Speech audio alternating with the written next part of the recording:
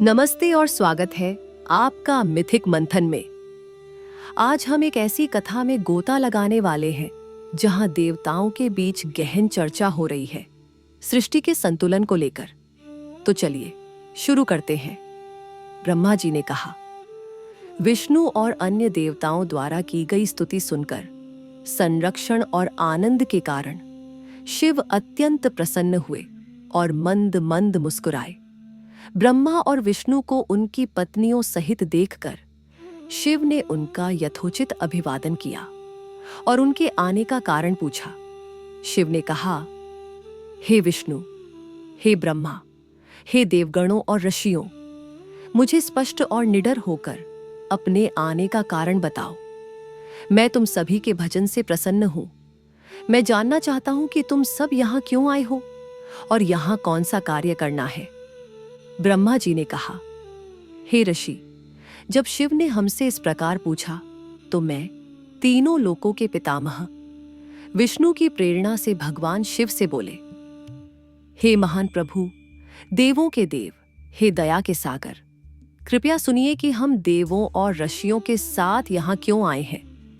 हे वृषभ चिन्ह वाले देवता, हम विशेष रूप से आपके लिए इन याचकों के साथ यहां आए हैं, अन्यथा ब्रह्मांड कभी भी उचित स्थिति में नहीं रहेगा। हे महान प्रभु, कुछ राक्षसों को मेरे द्वारा, कुछ को विष्णु द्वारा और कुछ को आपके द्वारा मारा जाना है। हे महान प्रभु, उनमें से कुछ को आपके पुत्र द्वारा और कुछ को मेरे द्वारा मारा जाएगा। देवों को केवल आपकी कृपा से ही सुख मिलता है। राक्षसों का नाश करने के बाद ही ब्रह्मांड शांति और भय मुक्ति प्राप्त कर सकता है। विष्णु मेरे वाम अंग से और मैं आपके दाहिने अंग से उत्पन्न हुआ हूं। आप शिव के हृदय से जन्मे हैं और उनके पूर्ण अवतार हैं। इस प्रकार हे प्रभु, हम तीन रूपों में भिन्न हो गए हैं। हम शिव के पुत्र हैं। हे शाश्वत, आपको यह ध्यान देना चाहिए। विष्णु और मैं अपने कार्यों के निष्पादन के लिए अपनी पत्नियों से संयुक्त हुए हैं। हे प्रभु, आपकी आज्ञा से हम बड़े आनंद के साथ संसार में अपनी गतिविधियां करते हैं। इसलिए ब्रह्मांड के लाभ के लिए, देवताओं की खुशी के लिए आपको एक शुभ महिला को अपनी पत्नी के रूप में स्वीकार करना चाहिए। हे महान प्रभु, कृपया एक और पुरानी घटना को सुनिए जो मुझे अभी याद आई है। आपने स्वयं शिव के रूप में पहले हमसे इसका उल्लेख किया था। हे ब्रह्मा, मेरा यह महान रूप बिल्कुल ऐसा ही आपके अंग से प्रकट होगा। वह संसार में रुद्र के नाम से जाना जाएगा। ब्रह्मा सृष्टि का कारण है, विष्णु पालन करता है। मैं रुद्र के रूप में, एक सगुण रूप में संहार का कारण बनूंगा। मैं एक स्त्री से विवाह करूंगा और उत्कृष्ट कार्य करूंगा। ये आपके ही शब्द हैं। इन शब्दों को याद करते हुए कृपया अपना वचन पूरा करें। हे प्रभु, यह आपकी ही आज्ञा है कि मैं निर्माता बनूं और विष्णु संरक्षक। शिव स्वयं आपके रूप में संहार के कारण के रूप में प्रकट हुए हैं।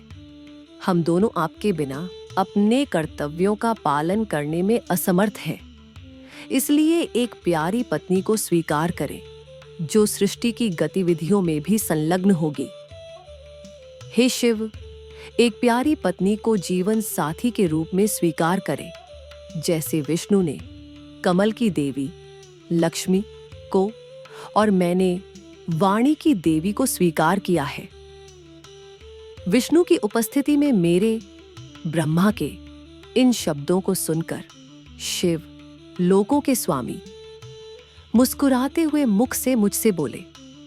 शिव ने कहा, हे ब्रह्मा, हे विष्णु, तुम दोनों मुझे सदैव प्रिय हो। तुम दोनों को देखकर मेरी प्रसन्नता सचमुच बढ़ जाती है। तुम दोनों देवताओं में श्रेष्ठ हो। तुम तीनों लोकों के स्वामी हो।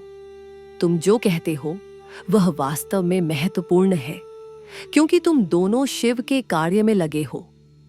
हे देवों में श्रेष्ठ, मेरे लिए विवाह करना उचित नहीं है, क्योंकि मैं संसार से विरक्त हूं और तपस्या में लीन हूं। मैं सदैव योग का अभ्यास करता हूं।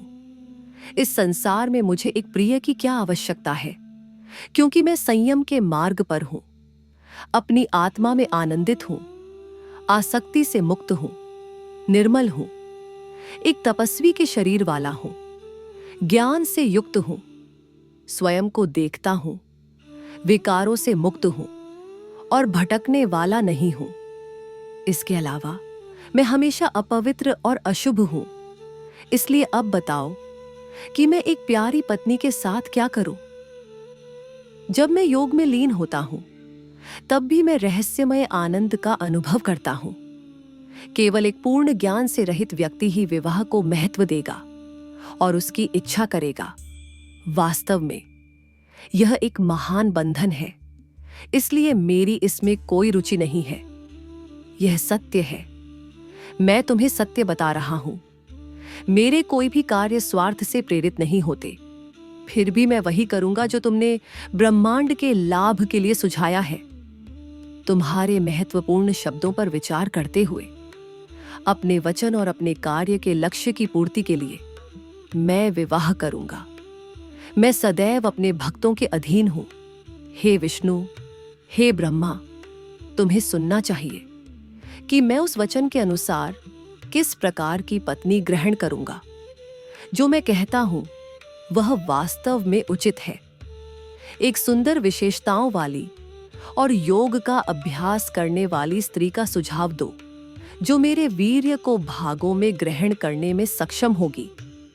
जब मैं योग का अभ्यास करूं तो वह योगिनी हो, और जब मैं प्रेम में लिप्त हूं तो वह एक प्रेममयी स्त्री हो। कभी कभी मैं शिव, अपने स्वयं के वैभव के रूप, शाश्वत सिद्धांत के बारे में सोचता रहूंगा, जिसे वेदों के ज्ञाता विद्वान अविनाशी कहते हैं। हे ब्रह्मा, जब मैं उस ध्यान में समाधि में चला जाऊं तो जो उसमें बाधा डाले उसका धिक्कार हो। तुम, विष्णु और मैं सभी ब्रह्म के अत्यधिक अंश हैं, इसलिए हम अत्यंत भाग्यशाली हैं। उनके बारे में सोचना ही उचित है। यही चिंता मुझे अविवाहित रखती थी, हे कमल पर विराजमान ब्रह्मा। इसलिए मुझे एक ऐसी पत्नी दिलाओ जो हमेशा मेरे कार्यों का पालन करेगी। एक और शर्त है, हे ब्रह्मा, उसे भी कृपया सुनिए। यदि वह मुझ में या मेरी बातों में अविश्वास दिखाती है तो मैं उसे त्याग दूंगा। ब्रह्मा जी ने कहा। विष्णु की उपस्थिति में शिव के इन शब्दों को सुनकर मैं मुस्कुराते हुए और प्रसन्नतापूर्वक नम्र भाव से बोला, हे प्रभु शिव, मैं आपको ऐसी ही स्त्री सुझाऊंगा जैसी आप अपने लिए चाहते हैं। वह उमा है, हे प्रभु। पहले उन्होंने अपने कार्य को पूरा करने के लिए सरस्वती और लक्ष्मी के रूप धारण किए थे। लक्ष्मी विष्णु की पत्नी बनी और सरस्वती मेरी। संसार के कल्याण की इच्छा से उन्होंने तीसरा रूप धारण किया है।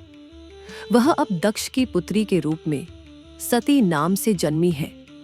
हे प्रभु, वह एक आदर्श पत्नी होंगी जो पूर्ण सेवा प्रदान करेंगी। हे देवों के स्वामी, इस समय वह आपको प्राप्त करने के लिए तपस्या कर रही है। वह अपने कठोर अनुष्ठानों में दृढ़ है। वह आपको अपने पति के रूप में चाहती है। वास्तव में वह अत्यंत तेजस्वी है। हे प्रभु शिव, उन पर दया कीजिए, उन्हें इच्छित वरदान दीजिए, फिर प्रेम पूर्वक उनसे विवाह कीजिए। हे शिव, यह विष्णु, देवताओं और मेरी भी इच्छा है। कृपालु दृष्टि से हमारी इच्छा पूरी कीजिए। हम भक्ति भाव से विवाह समारोह देखना चाहते हैं। तीनों लोकों में एक सुखद और शुभ अवसर हो। सभी कष्ट दूर हो जाएं, इसमें कोई संदेह नहीं होना चाहिए। फिर मेरे भाषण के समापन पर मधु राक्षस के संहारक विष्णु ने शिव से कहा, जो अपनी दिव्य लीलाओं के दौरान विभिन्न रूप धारण करते हैं और अपने भक्तों के प्रति अनुकूल हैं। विष्णु ने कहा, हे महान प्रभु, देवों के स्वामी, हे दयालु शिव, इसमें कोई संदेह नहीं है कि ब्रह्मा ने जो कहा है वही मुझे भी कहना है। इसलिए हे महान प्रभु, मुझ पर दया कीजिए और इस अनुरोध को पूरा कीजिए।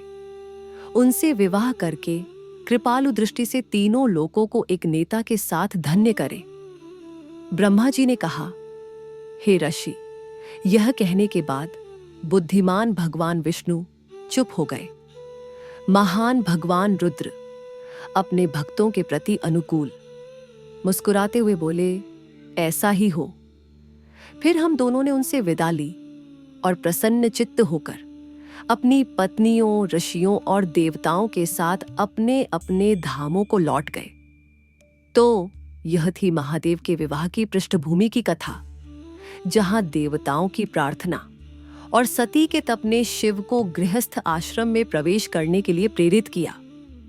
आशा है आपको यह प्रस्तुति पसंद आई होगी।